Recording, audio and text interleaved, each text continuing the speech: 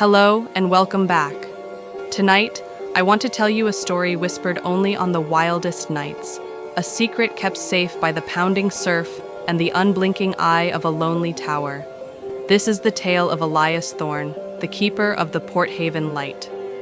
Elias wasn't a hero or a rogue. He was simply a man committed to the steady rhythm of the sea, polishing the brass, checking the oil, and ensuring the light never failed. For 30 years, his world was this stone cylinder, standing sentinel on the cliff edge.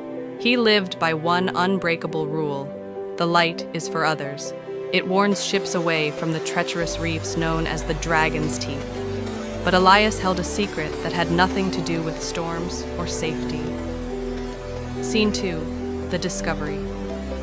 The secret began with the previous keeper, an old, taciturn man named Silas. When Silas retired, he left Elias a single, cryptic instruction. In the alcove below the lantern room, find the loose stone marked with a star. Never open what is inside unless the light itself fails.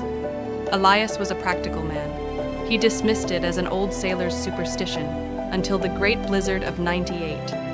That night, the storm was a living thing, shaking the very foundations of Porthaven. A rogue wave slammed into the tower, and with a sickening crunch, the immense Fresnel lens, the heart of the light, went dark.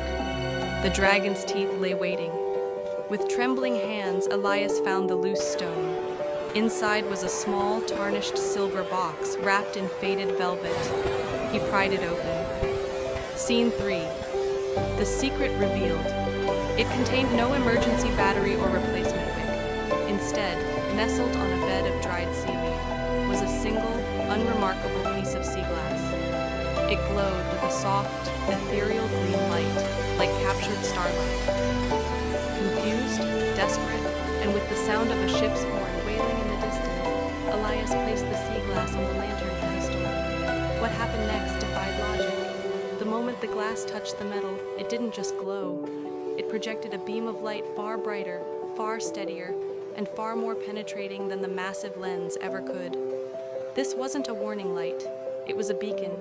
It pierced the blizzard, cutting a clean path through the snow and fog straight out to sea. For 5 terrifying, exhilarating minutes, the tiny piece of glass saved every soul on the water. Then, with a flicker, its light dimmed back to nothing. Scene 4. Conclusion. The next morning, the ship that had been in distress radioed in, reporting a sudden miraculous flash of light that guided them through the worst of the storm. Elias never spoke a word of the sea glass.